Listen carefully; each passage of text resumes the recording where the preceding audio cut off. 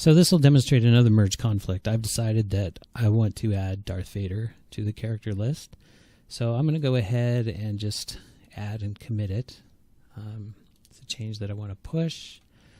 Add Vader.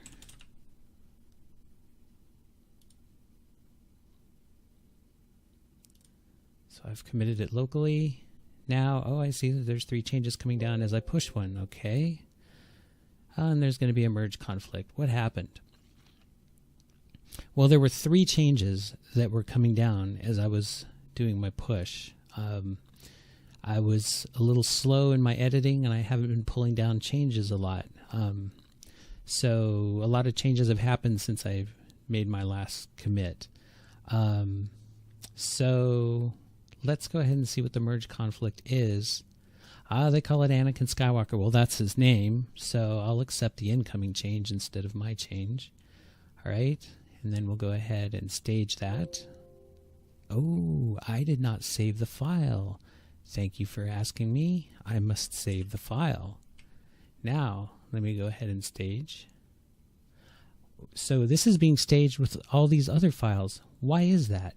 Well, that's because my commit is happening after all those commits, so I'm committing them all locally, even though they were already committed on the remote. So I have to commit them in mine as well, and so we'll see, actually, if I show the git log here.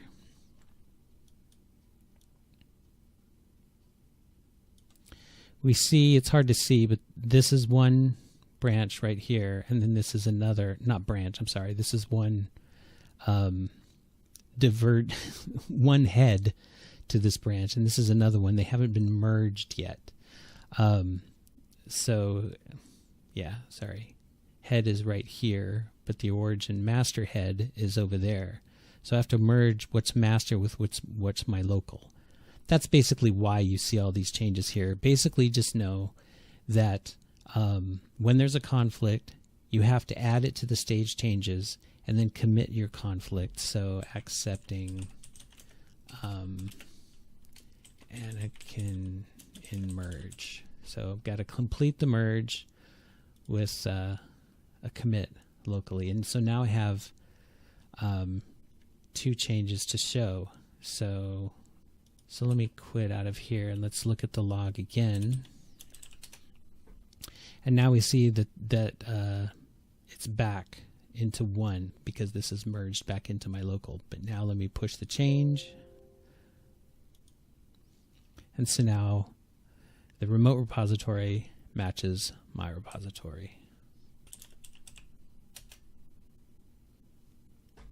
And we see that origin master is also the same as local master.